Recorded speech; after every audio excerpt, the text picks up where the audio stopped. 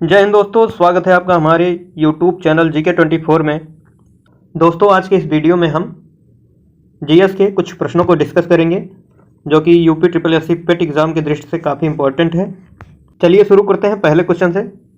पहला क्वेश्चन है, चीनी यात्री फाहियान किसके शासनकाल में भारत आया था? समुद्रगुप्त, कुमारगुप्त, स्कंदगुप्त, चंद्रगुप्त द्वितीय। इसका सही आंसर हो जाएगा चंद्रगुप्त द्वितीय। फाहियान चंद्रगुप्त द्वितीय के शासनकाल में भारत आया था। वह भारत में लगभग 10 वर्षों तक रहा। दूसरा क्वेश्चन है, निम्नलिखित में से कौन गुप्त काल के दौरान चिकित्सा पर अपने कार्यों के लिए जाने जाते हैं? शौनक, नागार्जुन, चरक, सुश्रुत। इसका सही आंसर हो जाएगा सुश्रुत। सुश्रुत गुप्त काल के महान चिकित्सक थे। चरक कनिष्क के दरबार में रहते थे, ये भी एक चिकित्सक थे। तीसरा क्वेश्चन है, जब अकबर युवा था तो उसका संरक्षक कौन था?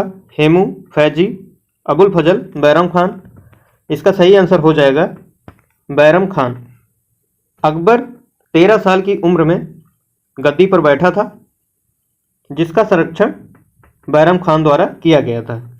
चौथा क्वेश्चन है, 1760 में वांडीवास की प्रसिद्ध लड़ाई अंग्रेजों ने किसके खिलाफ लड़ी थी?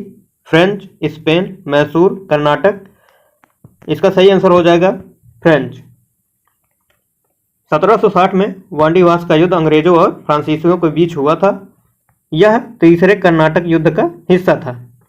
यह युद्ध पेरिस की संधि के साथ समाप्त हुआ था। पांचवा क्वेश्चन है, किसने कहा था तुम मुझे खून दो और मैं तुम्हें आज़ादी दूंगा? बी.डी. सावरकर, भगत सिंह, चंद्रशेखर आज़ाद, नेताजी सुभाष चंद्र बोस। इसका सही आंसर हो जाएगा नेताजी सुभाष चंद्र बोस। इनके द्वारा ये स्लोगन दिया गया था, तुम मुझे खून दो मैं तुम्हें आज़ादी दूंगा। नेताजी ने जय हिंद का नारा भी दिया था। छठा क्वेश्चन है, रैमसे मैकडोनाल्ड पुरस्कार निम्न में से किस घटना से संबंधित है? 1937 के प्रांतीय चुनाव, पूना पैक्ट, गोलमेज सम्मेलन 2। रैमसे मैकडोनाल्ड यह ब्रिटेन के प्रधानमंत्री थे। इनके द्वारा 1932 में सांप्रदायिक पंचायत प्रस्तुत किया गया था। इसमें दलितों को पृथक निर्वाचन का अधिकार दे दिया गया था, जिसका समर्थन डॉक्टर भीमराव अंबेडकर द्वारा किया गया था। इसी के परिणाम स्वरूप 1932 ईस्वी में गांधी जी और भीमराव अंबेडकर जी के मध्य यरोदा की जेल में एक समझौता होता है, जिसे कहा जाता है पूना पैक्ट।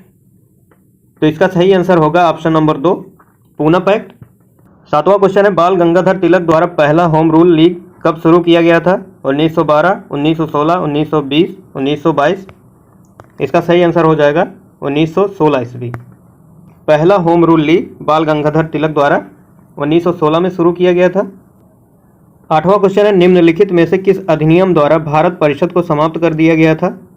मार्ले मिंटो सुधार 1909, भारत सरकार अधिनियम 1919, भारत सरकार अधिनियम 1935, भारत सरकार अधिनियम 1947।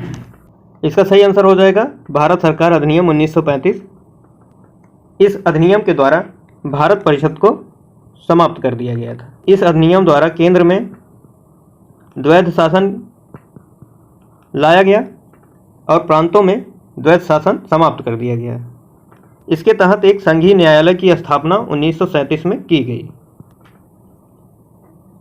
नवा क्वेश्चन है, सहारा रेगिस्तान किस महाद्वीप में अवस्थित है? Asia, Europe, Africa, Australia.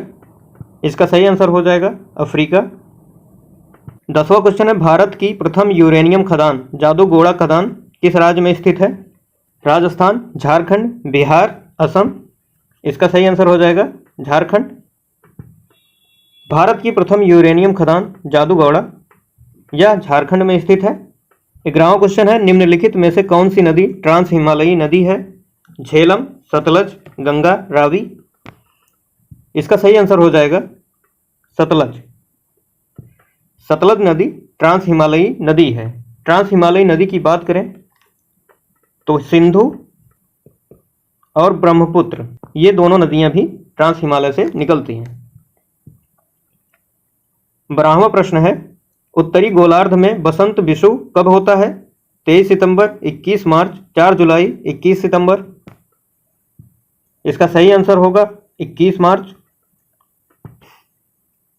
उत्तरी गोलार्ध में 21 मार्च को बसंत विषु होता है, जबकि 23 सितंबर को शीत विषु होता है। 4 जुलाई को उपसौर यानी पृथ्वी सूर्य के सबसे नज़दीक होती है और 3 जनवरी को अपसौर की घटना होती है, पृथ्वी सूर्य से सबसे दूर होती है। 13वां प्रश्न है, भाखड़ा बांध परियोजना किस नदी पर स्थित है? सतलज, गंगा, रावी, ब्यास। इसका सही आंसर होगा सतलज। सतलज नदी पर भाखड़ा बांध परियोजना स्थित है। यह किस राज्य में स्थित है? पंजाब में। 14वां प्रश्न है, 2000 रुपये के बैंक नोट पर किसका रूपांकन छपा होता है? सांची स्तूप, लाल किला, संसद भवन, रथ के साथ हम्पी। इसका सही आंसर होगा सांची का स्तूप। लाल किला 500 रुपये के नोट पर और रथ के साथ हम्पी यह 50 रुपये के नोट पे अंकित है। 15वां प्रश्न है, भारतीय रिजर्व बैंक का लेखा वर्ष होता है अप्रैल मार्च, जुलाई से जून, अक्टूबर से सितंबर, जनवरी से दिसंबर। इसका सही आंसर होगा अप्रैल से मार्च। 2020 तक आरबीआई का लेखा वर्ष जुलाई से जून तक था, लेकिन 2020 के बाद आरबीआई ने इसे अप्रैल से मार्च तक कर दिया, यानी 1 अप्रैल से 31 मार्च तक। 16वां प्रश्न है, यदि भारतीय reserve bank cash reserve ratio कम करता है तो निम्न में से किसके सबसे अधिक होने की संभावना है? कुल बचत में वृद्धि, घाटे के बजट में वृद्धि, कुल धन आपूर्ति में वृद्धि, क्रेडिट कार्ड के उपयोग में वृद्धि। इसका सही आंसर हो जाएगा कुल धन आपूर्ति में वृद्धि। जब आरबीआई कैश रिजर्व रेशियो यानी सीआरआर में कमी करता है तो बैंकों के पास ऋण देने के लिए अधिक पैसे होते हैं। जब बैंक लोगों को ऋण अधिक देगा तो उससे साख सृजन अधिक होगा, जिससे कुल धन की आपूर्ति में वृद्धि होती है। 17वां प्रश्न है, भारत के संविधान की 10वीं अनुसूची में क्या है? भाषाएं, दल बदल के आधार पर अयोग्यता, संबंधित प्रावधान, 3 सूचियां, संघ, राज्य और समवर्ती राज्यों की परिषद में सीटों का आवंटन।